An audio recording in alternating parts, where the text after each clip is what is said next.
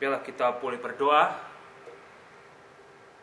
Bapa, terima kasih Engkau boleh memberikan waktu kami membaca, merenungkan firman-Mu. Pimpin hamba-Mu, pimpin kami yang boleh mendengar dimanapun mereka mendengar, melalui rekaman, melalui internet. Firman-Mu hidup dan terus bekerja. Dalam Yesus, pimpin hamba-Mu, pimpin kami yang boleh mendengar. Amin. Biarlah saudara, jikalau ada Alkitab, boleh dibuka dari Roma pasal yang pertama. Roma pasal pertama saya akan membaca dari ayat ke-8 sampai dengan ke-15. Demikian bunyi firman Tuhan. Pertama-tama, aku, Paulus, mengucap syukur kepada Allahku oleh Yesus Kristus atas kamu sekalian, orang-orang percaya yang ada tersebar di wilayah Roma, sebab telah tersiar kabar tentang imanmu di seluruh dunia. Karena Allah yang kulayani dengan segenap hatiku dalam pemberitaan Injil anaknya adalah saksiku, bahwa dalam doaku aku selalu mengingat kamu. Aku berdoa, semoga dengan kehendak Allah, aku akhirnya beroleh kesempatan untuk mengunjungi kamu yang ada di Roma. Sebab aku ingin melihat kamu untuk memberikan karunia rohani kepadamu, guna menguatkan kamu. 12, yaitu supaya aku ada di antara kamu dan turut terhibur oleh iman kita bersama, baik oleh imanmu maupun oleh imanku. Saudara-saudara, aku mau supaya kamu mengetahui bahwa aku telah sering berniat untuk datang kepadamu, tapi hingga kini selalu aku terhalang, agar di tengah-tengahmu aku menemukan buah, seperti juga di tengah-tengah bangsa bukan Yahudi yang lain.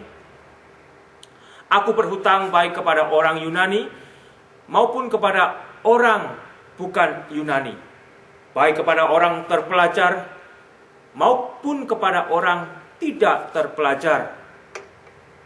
Itulah sebabnya aku ingin untuk memberitakan Injil kepada kamu juga yang diam di Roma.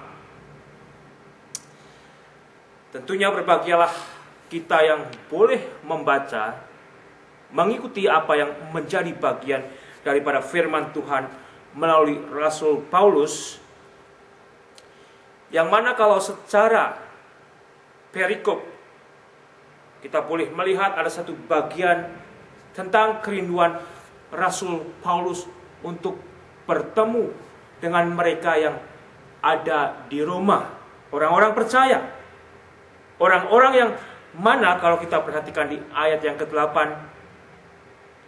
yang iman percayanya tersebar di seluruh dunia.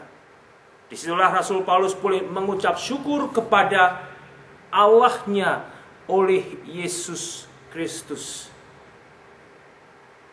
Yang baik mungkin di dalam kitab Roma ini kita akan menemukan banyak kata Allah di dalam Alkitab bahasa Indonesia, yang mana di dalam bahasa Inggrisnya memakai kata God.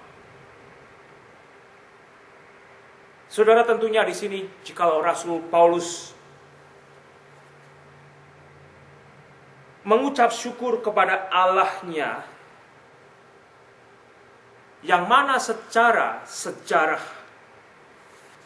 di dalam pekerjaan Tuhan kepada orang-orang yang ada di Indonesia, di luar Indonesia, dengan memakai Alkitab Indonesia, kita tahu bahwa yang dimaksud oleh Rasul Paulus adalah Sang Pencipta.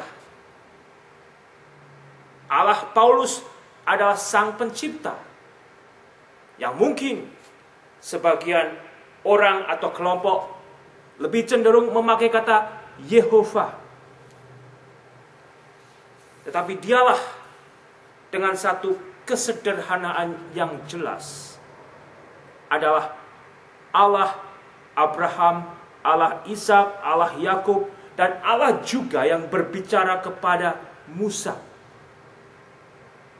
Jadi di sini sudah jelas bahwa apa yang menjadi ungkapan Rasul Paulus di dalam ucapan syukurnya adalah kepada Pencipta Allah Rasul Paulus oleh Yesus Kristus. Yang mana ada satu bagian yang lain, oleh Yesus Kristus itulah sebenarnya kembali manusia yang sudah berdosa ini kita mendapat pendamaian. Kita mendapat jalan untuk kita boleh menjalin hubungan kembali dengan Allah yang Maha Kudus, Maha Suci, yang sempurna. Hanya di dalam Yesus itulah sebetulnya setiap manusia saat ini yang masih hidup juga diberikan satu jalan untuk bisa mendapatkan satu keselamatan. Sehingga Rasul Paulus mengucap syukur kepada Allah Sang Pencipta melalui Yesus Kristus atas mereka, jemaat yang ada di Roma.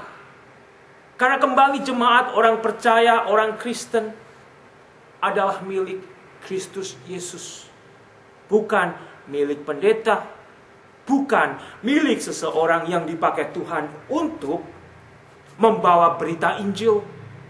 Tetapi mereka semua pada hakikatnya ada dimiliki oleh Kristus Yesus sebagai Tuhan mereka, yang juga menjadi Tuhan saya dan saudara yang percaya. Sehingga kembali saudara, di sini kita boleh mendapatkan satu bagian yang baik. Jikalau saya dan saudara boleh mengucap syukur karena kebaikan Allah.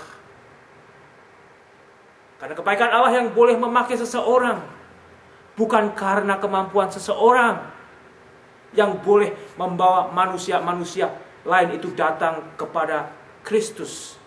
Tetapi itu pekerjaan Allah di dalam Yesus melalui orang-orang yang dipakainya.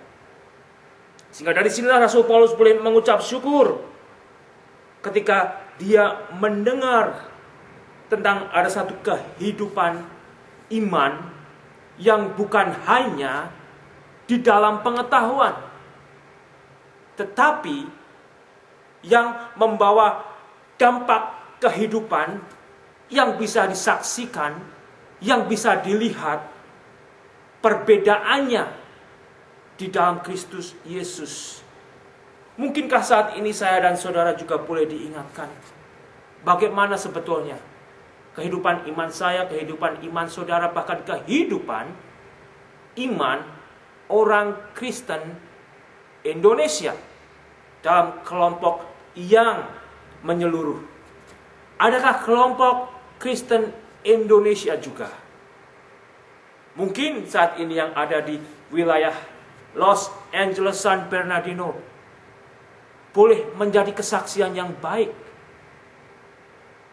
atau justru menjadi bagian cemoohan oleh dunia luar. Tapi kembali saudara, di sini kita boleh diingatkan untuk kita boleh menjadi satu kesaksian yang baik. Hidup bukan hanya di dalam pengetahuan, tetapi hidup menaruh percaya, harapan di dalam Kristus yang boleh mentransformasi setiap orang percaya. Sehingga dari situlah saya boleh percaya orang boleh melihat kesaksian yang hidup dari orang-orang Kristen, bukan hanya Indonesia,